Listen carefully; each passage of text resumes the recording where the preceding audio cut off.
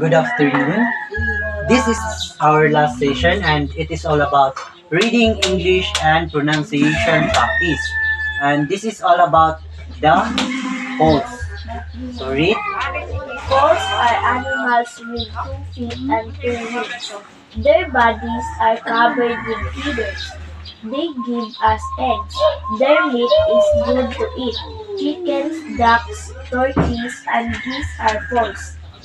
They eat greens such as palay and corn.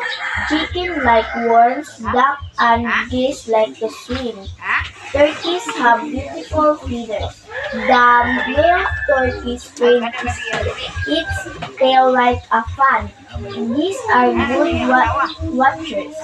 They make loud noise when people come near. Malls are good tourists.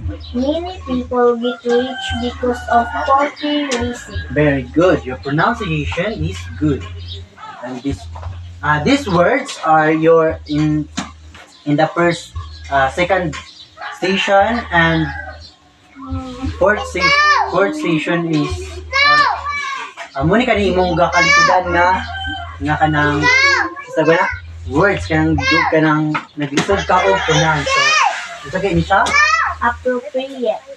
appropriate, Knowledgeable. license, Quotation. Dialogue. Dialogue. Absence. Celebrate. Indicate. Suggest.